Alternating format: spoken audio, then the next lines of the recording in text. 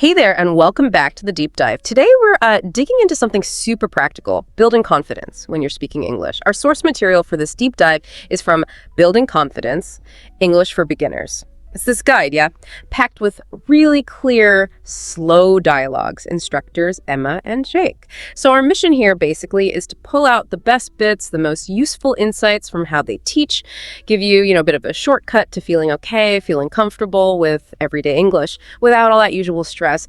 Get ready for some maybe aha moments because we're going to see how really simple phrases with the right approach and just consistent practice can make a huge difference. Yeah, it's absolutely true. And the value here, I think, isn't just what you learn, it's really how they get you to apply it. It's fascinating, actually, seeing how these basic conversational patterns, when you practice them the right way, they become the absolute building blocks for talking to people in the real world. This isn't about memorizing huge lists of words. Not at all. It's about getting good at using the words you know. It kind of makes you think, doesn't it? But what if getting confident in a new language was, less about tricky grammar rules and more about just really mastering a few key everyday chats? That's a great way to put it. So the guide starts right at the beginning, like absolute basics, greetings, introduction. We're talking really simple stuff like, hi, how are you? And they reply, I'm good, thanks. And you?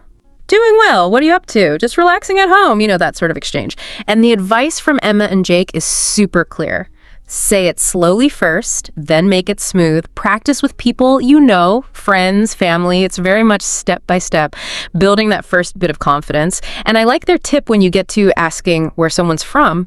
Like, where are you from? Yes. I'm from Mumbai. How about you? I'm from Delhi.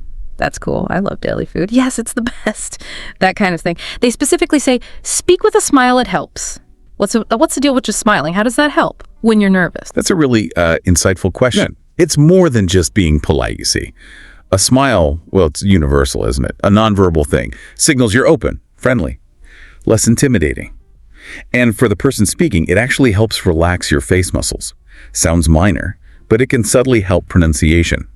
Plus, it just makes you seem more approachable. Right away, it reduces the friction, the social awkwardness on both sides, makes the whole thing smoother before you even get a full sentence out. It's almost a psychological trick, really. Yeah. And the guide stresses clarity over speed, A smile supports that. Makes you look less rushed, more welcoming. Yeah, I can totally see that. Creating a better vibe, basically. So once you've done the intros, the guide moves into making it more personal, talking about yourself, hobbies, daily routines. It gives examples like, what do you like to do? I love painting and watching movies. Nice, I enjoy music and cycling. How often do you go cycling? Almost every weekend. And then it goes into the daily stuff. I wake up at 6 a.m. The routine. Do you exercise in the morning? Yes, I go for a run. Then what do? I take a shower and eat breakfast. Standard day. And the instructors emphasize practice talking about your own day and, importantly, speak clearly, don't rush. That's real confidence in English. Why is talking about this everyday stuff, why is it so key for confidence? Is it more than just learning words? Oh, absolutely. That's where, the connection really starts. When you share about hobbies, your routine, you're not just listing facts. You're sharing a bit of who you are, your identity. And that advice, don't rush. That's particularly smart, I think. It's not about being slow because you can't find the words. It's about being deliberate, intentional.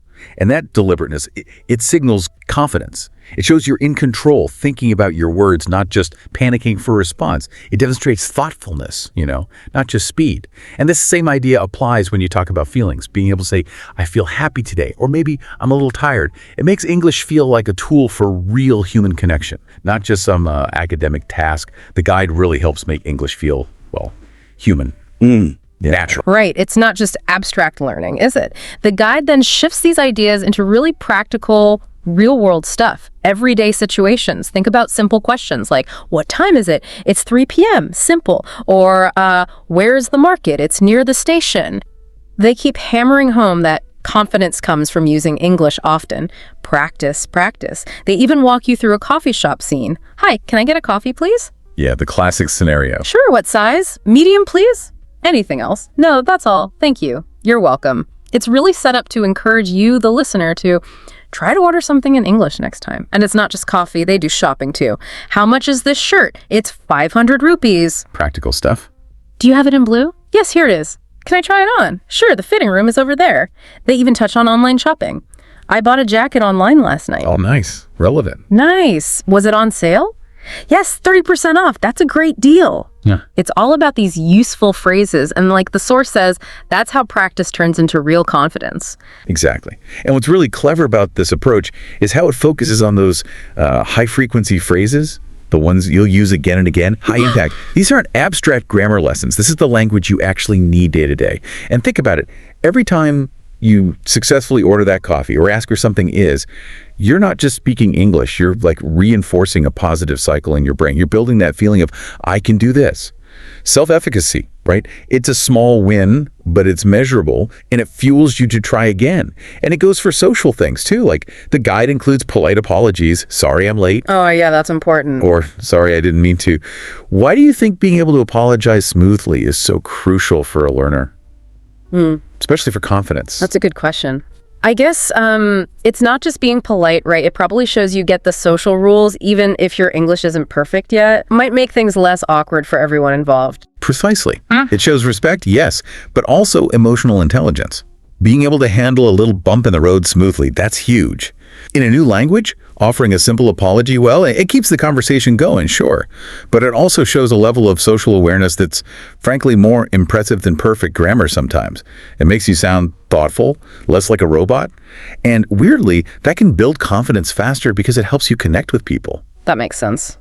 So building on these everyday exchanges, the guide then broadens out again into bigger life topics, things like family, how you get around, and yes, food, always a good topic. Always works. What's her favorite dish? I love biryani. Me too. Spicy or mild? Spicy, of course. I like it with raita.